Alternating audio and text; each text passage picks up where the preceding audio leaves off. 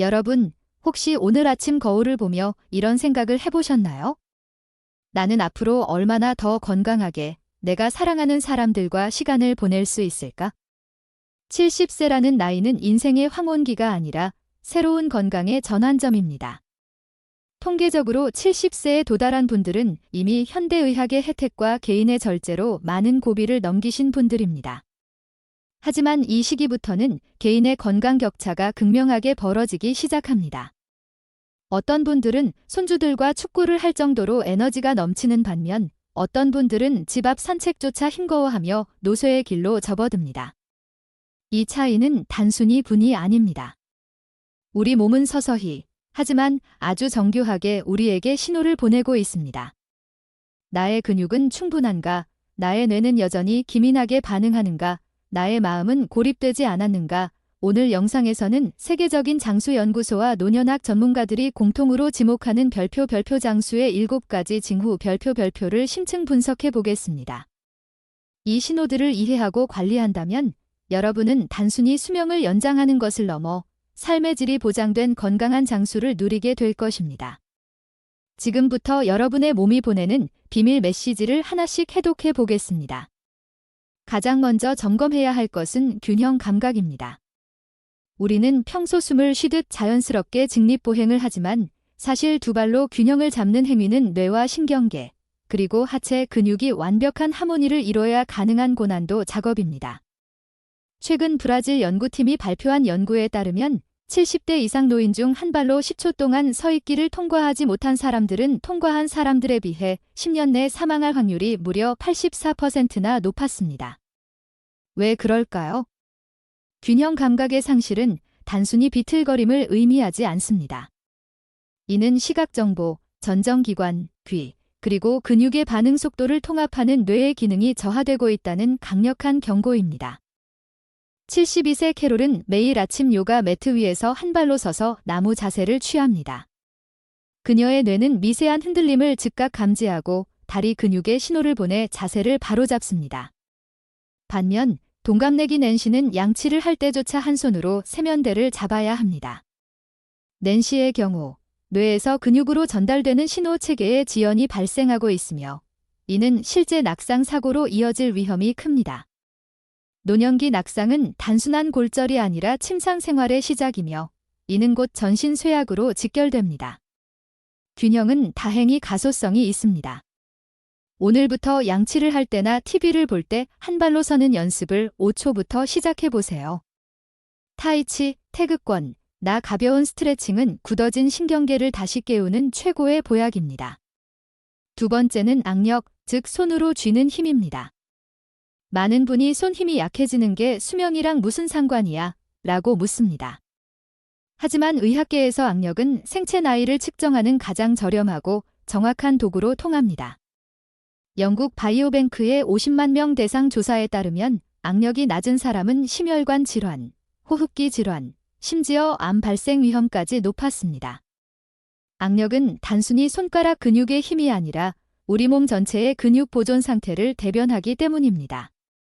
근육은 우리 몸의 당분 창고이자 젠진입니다. 엔진이 작아지면 대사 기능이 떨어지고 면역력도 약해집니다. 78세 로버트는 평생 현장 일을 하며 손을 많이 썼습니다. 지금도 잼병 뚜껑을 따는데 문제가 없죠. 그의 강한 악력은 그의 심장 근육 또한 튼튼하다는 것을 간접적으로 보여줍니다. 반면 월터는 최근 수건을 짜는 힘조차 약해졌음을 느낍니다. 이는 근감소증, 사어코퍼니어의 초기 단계로 몸이 에너지를 생산하는 능력이 급격히 떨어지고 있다는 신호입니다. 악력을 기르기 위해 헬스장에 갈 필요는 없습니다.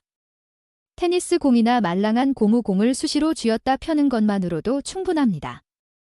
또한 가벼운 덤벨을 들고 걷는 파머스 워크, 파워머즈 옥는 전신 근육과 악력을 동시에 잡는 최고의 운동입니다. 세 번째 지표는 여러분이 평소 길을 걸을 때의 속도입니다. 노년학 전문가들은 보행 속도를 제6의 활력 징후, 바이텔 사인라고 부릅니다.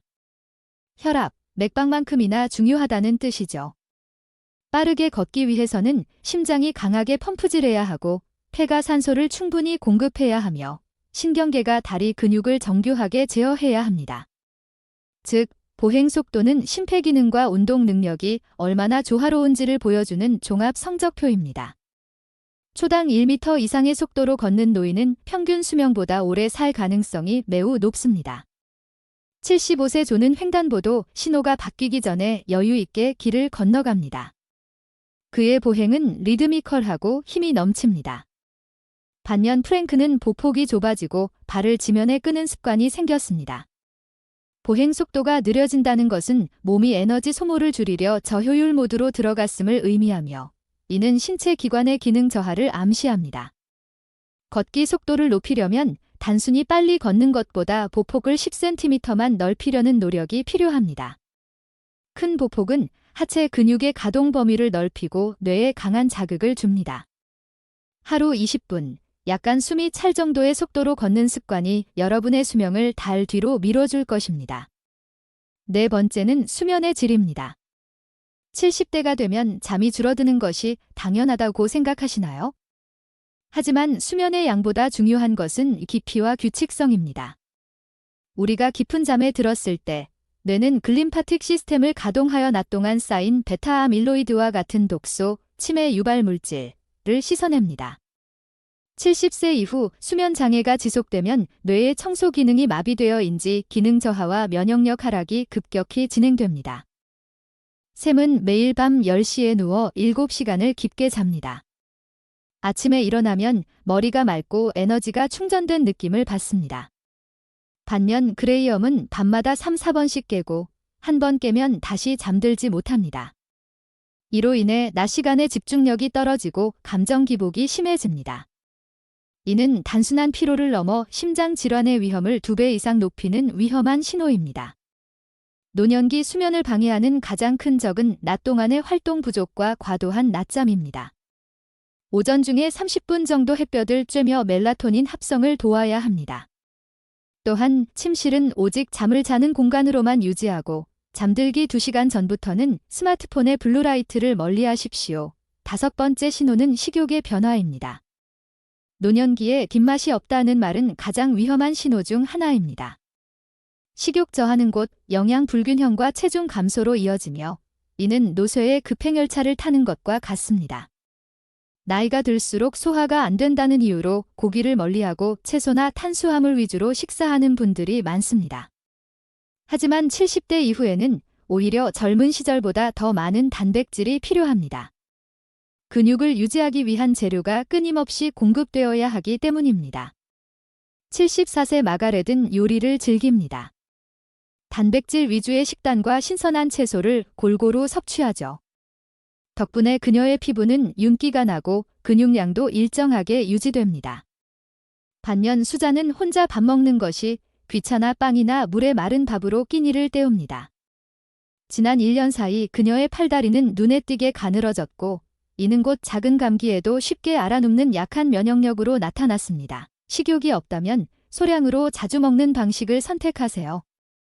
계란, 두부, 생선 같은 부드러운 단백질은 필수입니다. 또한 충분한 수분 섭취는 신진대사를 원활하게 하여 식욕을 돋우는 데 도움을 줍니다. 6번째는 정신적 스트레스에 대한 반응입니다. 70세 이후의 삶은 상실의 연속일 수 있습니다. 친구와의 이별, 건강의 변화 등 스트레스 요인이 많지만 이를 어떻게 받아들이느냐가 신체적 수명을 결정합니다. 만성적인 스트레스는 코르티솔이라는 호르몬을 과다 분비시킵니다. 코르티솔은 염증 수치를 높이고 혈당을 올리며 심장 근육을 공격합니다. 낙관적인 태도를 가진 노인이 비관적인 노인보다 평균 7.5년 더 오래 산다는 연구 결과는 스트레스 관리가 곧 생존 전략임을 증명합니다. 조는 예기치 못한 건강 문제가 생겨도 지금이라도 발견해서 다행이다. 치료하면 된다라고 생각합니다. 그는 매일 일기를 쓰며 마음을 다스립니다. 반면 리처드는 사소한 통증에도 이제 끝인가 보다라며 불안해합니다. 이 불안감은 교감신경을 과도하게 활성화하여 밤잠을 설치게 하고 소화불량을 일으키는 악순환을 만듭니다. 스트레스 관리는 거창한 것이 아닙니다. 하루 5분 명상, 깊은 복식 호흡, 혹은 크게 웃는 행위만으로도 뇌는 안정감을 찾습니다. 현재 통제할 수 없는 일에 집착하기보다 오늘 할 수 있는 작은 일, 이에 화분 물주기에 집중하는 연습이 필요합니다. 마지막 7번째 징후는 바로 사회적 연결입니다. 하버드 대학교의 80년 장기 추적 연구에 따르면 장수와 행복의 가장 결정적인 요인은 돈도 명예도 아닌 바로 좋은 관계였습니다. 현대의학은 고독감이 하루에 담배 15pb를 피우는 것만큼 건강에 해롭다고 경고합니다. 사회적으로 고립된 노인은 인지 기능이 20% 더 빠르게 퇴화하며 심장 질환 발생률도 급격히 높아집니다. 타인과의 대화는 뇌의 언어 영역과 감정 영역을 끊임없이 자극하는 천연 영양제입니다. 78세 엘리너는 동네 복지관의 서예 교실에 나갑니다. 친구들과 점심을 먹으며 수다를 떠는 시간은 그녀에게 최고의 활력소입니다. 반면 바바라는 외출을 거의 하지 않습니다. 자녀들과도 소원해진 그녀는 하루 종일 TV만 보며 시간을 보냅니다. 자극이 없는 뇌는 빠르게 노화되었고 그녀는 최근 단어 선택에 어려움을 겪기 시작했습니다. 거창한 사회 활동이 아니어도 좋습니다. 단골 가게 주인과 나누는 짧은 인사, 손주와의 영상통화, 혹은 같은 취미를 가진 온라인 커뮤니티 활동도 훌륭한 유대감이 됩니다. 누군가에게 필요한 존재라는 느낌은 우리 몸이 살아야 할 강력한 이유를 만들어줍니다. 자, 지금까지 70세 이후의 수명을 결정짓는 7가지 징후를 살펴보았습니다. 균형 감각, 뇌발 서기 10초, 악력, 소나기의 힘, 보행 속도, 보폭과 활력, 수면 패턴, 뇌의 청소 시간, 식용과 식습관, 단백질 섭취, 스트레스 관리, 마음의 탄력성, 사회적 유대감, 관계의 힘, 이 7가지 중 여러분은 몇 가지에 해당하시나요? 혹시 부족한 부분이 보인다고 해서 실망하거나 두려워할 필요는 전혀 없습니다. 이 지표들은 성적표가 아니라 개선해야 할 부분을 알려주는 이정표이기 때문입니다. 우리 몸은 놀라운 회복력을 가지고 있습니다. 70세에 시작한 근력 운동이 근육을 만들고 70세에 시작한 새로운 배움이 뇌세포를 연결합니다. 장수는 단순히 오래 버티는 것이 아니라 활기차게 살아가는 시간의 총합입니다. 오늘부터 딱 한 가지만 시작해 보십시오. 한 발로 서 보기, 혹은 소원했던 친구에게 전화 한 통 걸기. 그 작은 시작이 여러분의 남은 수십 년을 찬란한 금빛으로 물들일 것입니다. 여러분의 건강한 여정을 저희가 끝까지 응원하겠습니다. 오늘 영상이 유익했다면 구독과 좋아요 부탁드리며 여러분이 실천할 한 가지를 댓글로 남겨주세요. 모든 댓글에 응원을 보내드리겠습니다. 시청해주셔서 감사합니다.